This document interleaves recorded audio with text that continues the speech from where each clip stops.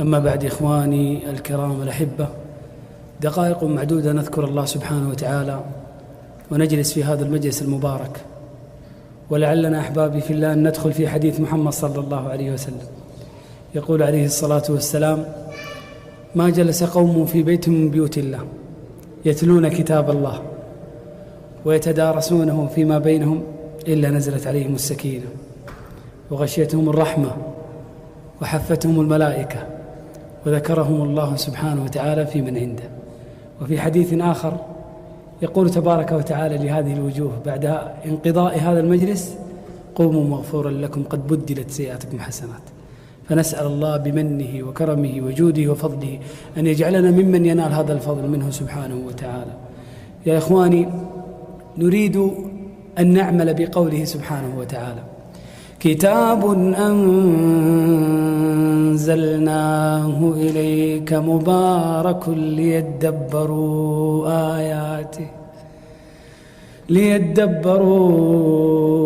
آياته وليتذكر أولو الألباب.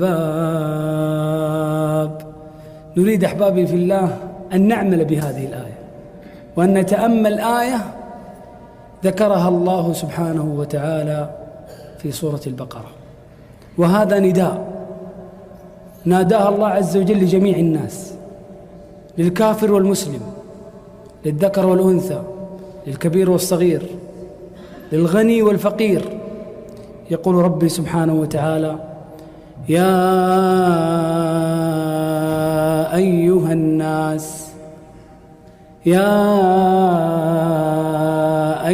الناس اعبدوا ربكم الذي خلقكم والذين من قبلكم لعلكم تتقون. هذا نداء من الله سبحانه وتعالى أن نعبد الله جل وعلا وحده دون سواه.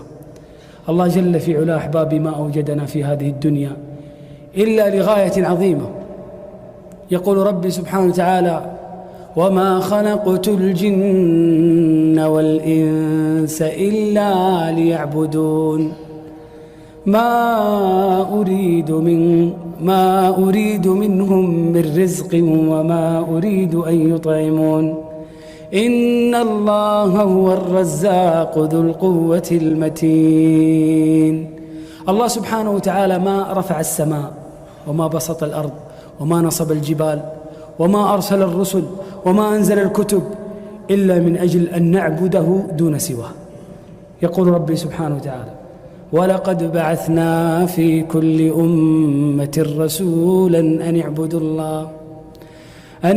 الله واجتنبوا الطاغوت فمنهم من هدى الله ومنهم من حقت عليه الضلالة. فنسأل الله أن يجعلنا ممن يعبد الله دون سواه. قولوا آمين. أحبابي، قال ربي جل في علاه بعدها: يا أيها الناس اعبدوا ربكم. من هو ربنا؟ الذي خلقكم. من الذي خلقنا؟ إنه الله الذي خلقكم ثم رزقكم ثم يميتكم ثم يحييكم.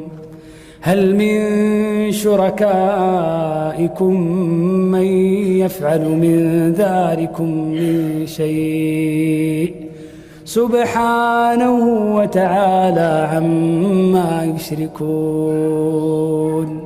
اعبدوا ربكم الذي خلقكم. من الذي خلقنا؟ إنه الله. من الذي شق أسماعنا وأبصارنا؟ إنه الله. من الذي يحرك القلوب في الدقيقة الواحدة 72 مرة؟ إلا الله. من الذي يجري الدم في العروق؟ إنه الله تبارك وتعالى. فمن أجل ذلك نريد أن نعظم الله، نريد أن نعظم الله عز وجل حتى نعبد الله حق العبادة.